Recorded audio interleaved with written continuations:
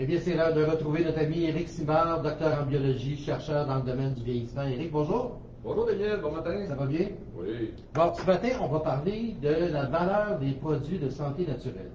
Oui, tout à fait, Daniel, parce que, en fait, c'est pas évident pour les gens de s'y retrouver sur la valeur des produits. Et quand on parle de valeur, en fait, les gens ont souvent en tête le prix. Oui. Le prix, c'est une chose, la valeur, c'est autre chose, en fait. La valeur, c'est ce que le produit a à offrir. Et ça ne va pas tout le temps avec le prix.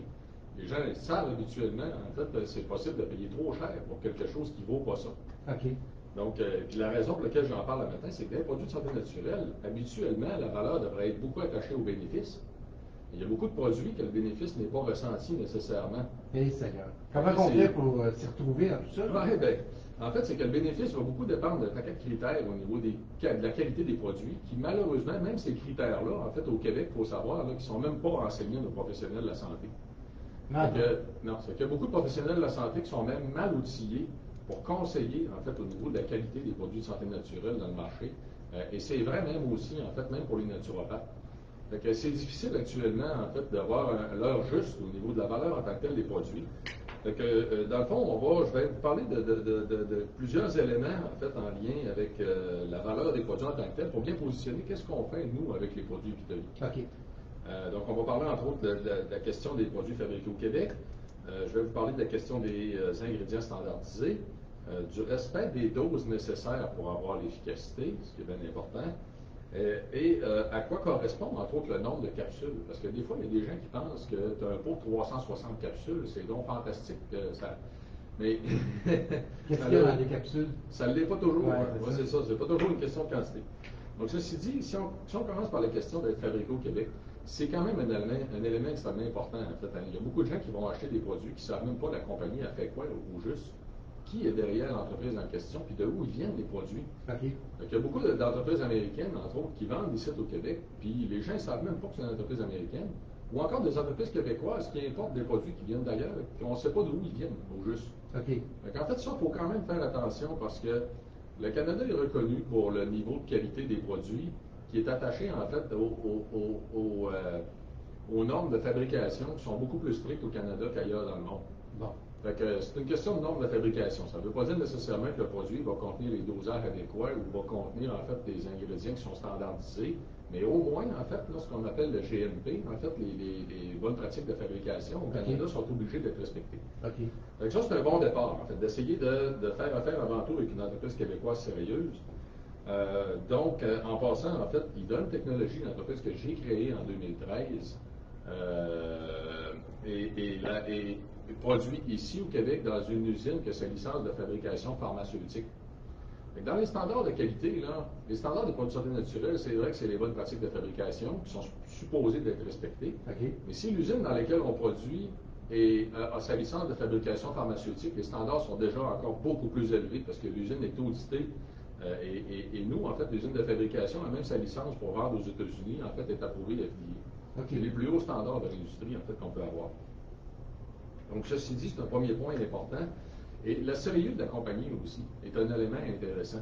C'est que si vous voyez une entreprise, en fait, là, qui fait 2-3 produits qui ont de l'air bien intéressants, qui ont de l'air quand même de qualité, mais à côté, vous en avez 8 qui n'ont pas de qualité, là, ben ça, c'est une entreprise qui manque de sérieux. On ne fait pas vous voyez, entre autres, des produits à 10 ingrédients, c'est tout du saupoudrage marketing, là. Ouais. Ben là, si ça fait partie de sa gamme de produits, puis qu'il y en a d'autres à côté qui ont de l'air intéressants, il y a un gros bémol là. Donc, c'est des compagnies qui veulent inonder le marché de leurs produits qui ne sont pas nécessairement de qualité. Oui, c'est ça. Il faut faire quand même attention. Donc, un autre élément important, très, très important, c'est la standardisation. Et qu'est-ce que c'est que la standardisation au niveau de la valeur d'un produit? En fait, la standardisation des ingrédients, ça s'applique beaucoup dans le cas des extraits de plantes. Dans le cas des extraits de plantes, c'est que on a dans le marché deux grands types d'extraits de plantes que vous allez retrouver. C'est qu'il y a des extraits de plantes dans lesquels on va donner juste un ratio d'extraction. Vous allez voir deux chiffres, en fait. C'est marqué comme, par exemple, un 5 pour 1, 5, 2.1 ou 10, 2.1.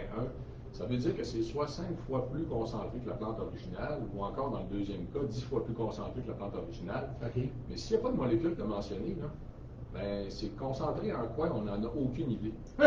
Ça peut être concentré en poussière, en fait, puis ça ferait pareil. Ah oui. Fait que techniquement, ouais, malheureusement, en fait, là, c'est que ça, c'est un ratio d'extraction qui dit que l'extrait serait supposé d'être beaucoup plus concentré que la plante originale pour calculer en fait la dose effective, mais on n'a pas évalué les quantités de molécules actives.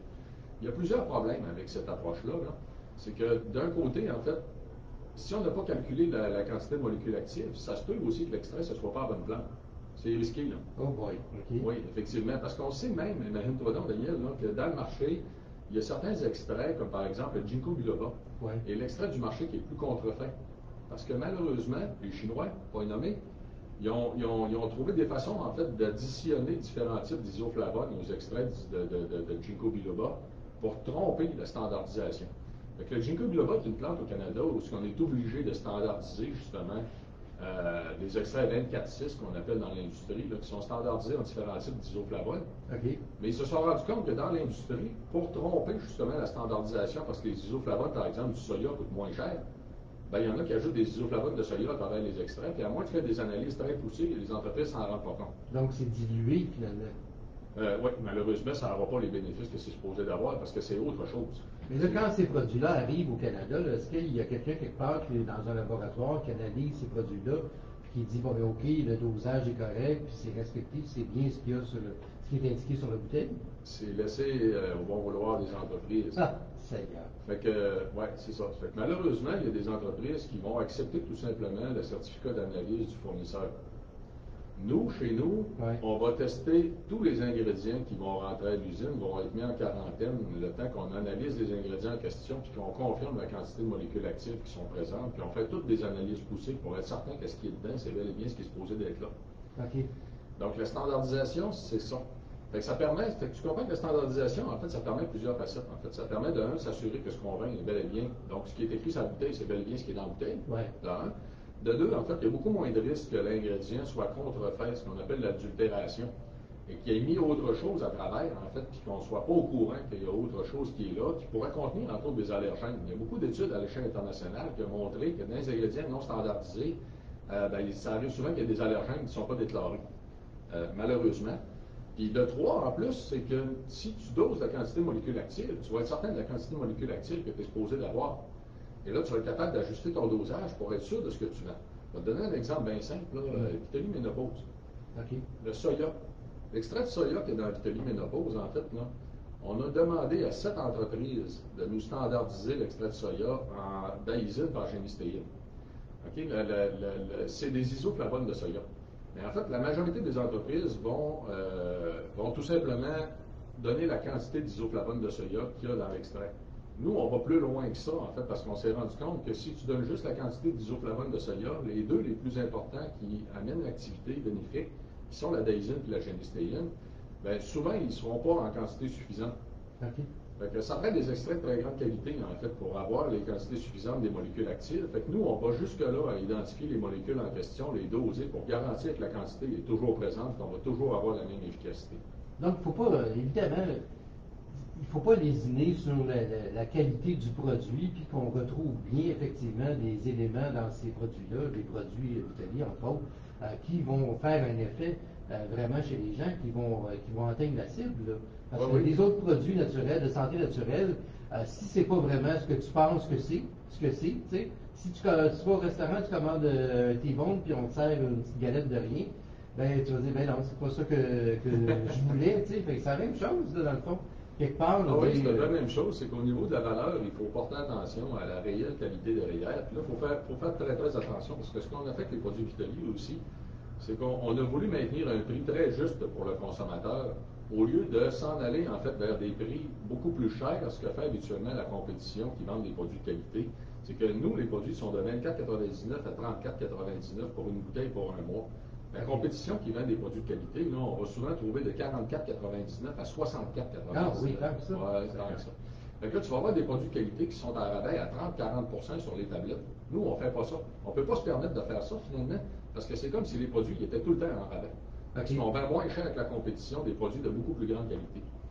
Mais donc, il y a des gens, malheureusement, des consommateurs, qui se disent, ah, ben si ça se vend à 60$ la bouteille, ça doit être parce que c'est de la qualité et que ça vaut le prix. C'est exactement ça le problème. C'est ça le problème. C'est ça, c'est que souvent, ils vont payer trop cher pour rien. Et là, ils vont payer, entre autres, pour un produit qui vient de l'étranger.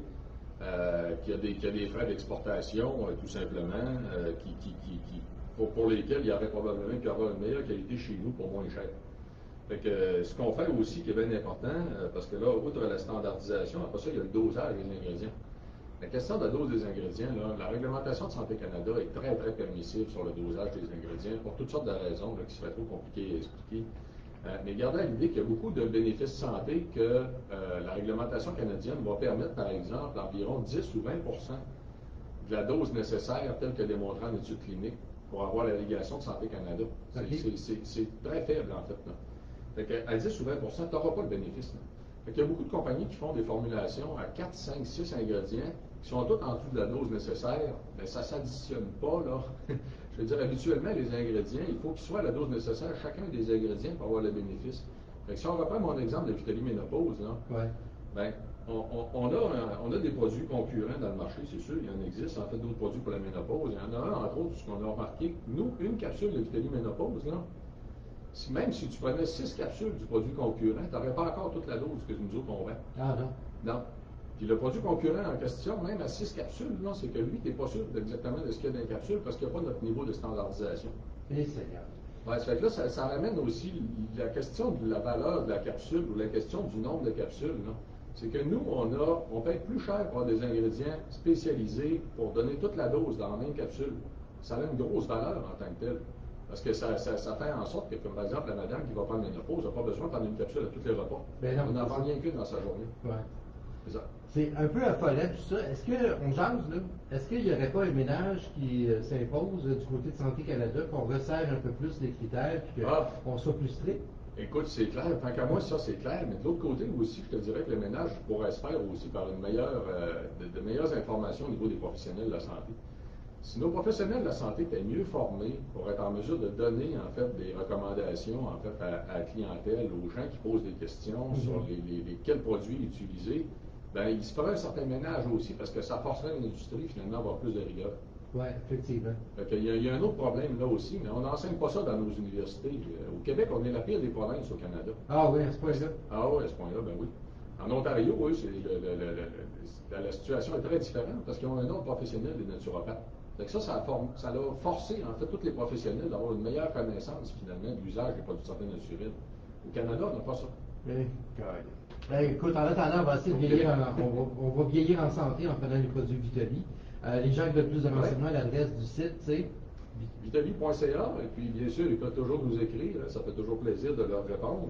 Fait que, gardez à l'idée, nos produits sont fabriqués dans une usine qui a sa licence de fabrication pharmaceutique. On est la seule compagnie au Canada à garantir que tous les ingrédients qu'on utilise sont standardisés. On est aussi la seule compagnie à garantir que tous les ingrédients sont au dosage pour avoir l'efficacité.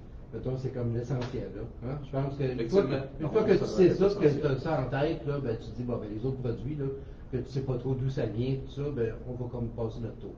Oui, c'est ça. Excellent, Éric. Merci. Bonne semaine. On se retrouve bientôt. Merci, Daniel. Bye.